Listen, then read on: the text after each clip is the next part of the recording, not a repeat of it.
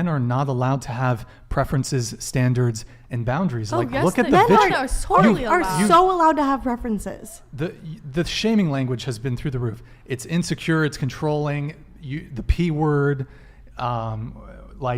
it's been almost crazy. Like the degree to which you are trying to, what's the term? You are trying to pathologize men's almost innate attraction to women who are not promiscuous.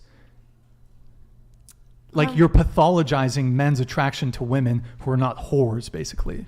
No, I don't think. We weren't saying you guys can't have preference. I feel no, but you're saying it's pedophilic that men are attracted to women who are not promiscuous. If you, look at society and the way things are, it's totally this big. The porn industry makes so much money on fetishizing pedophilia. About how no, it doesn't. Yes, it does. That's illegal. They don't actually use girls who are underage, but they do. If you look on there's going to be a bunch of stuff about underage things. Sometimes they do actually have used girls who are underage, and okay, it just we're not going to talk about that. That's why. Because it's TOS. We're not going to talk about that. But yes, it does happen. The double standard. So you mentioned that. Why don't what was it that men don't want? Well, what's the real because I was saying that you don't really hear women go, oh, I need a virgin, or if she's not a virgin or he's not a virgin, I don't want it. So it's he's allowed to be a whore, but she can't. And also I don't get that. Eric, can you close the door, by the way?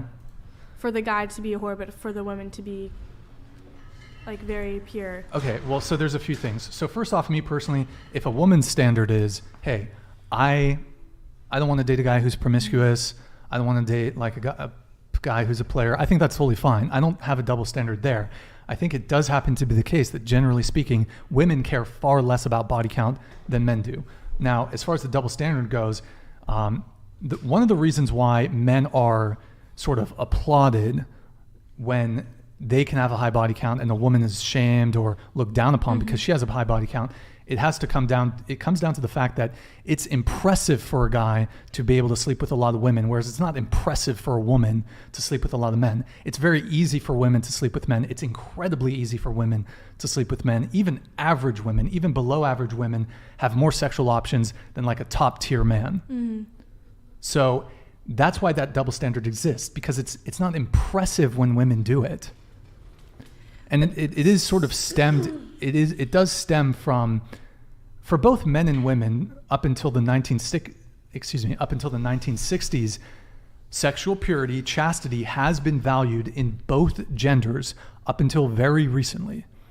Birth control kind of came out in the 1960s. That sort of opened up a lot of people's sexual options, and with religion, Christianity on the decline.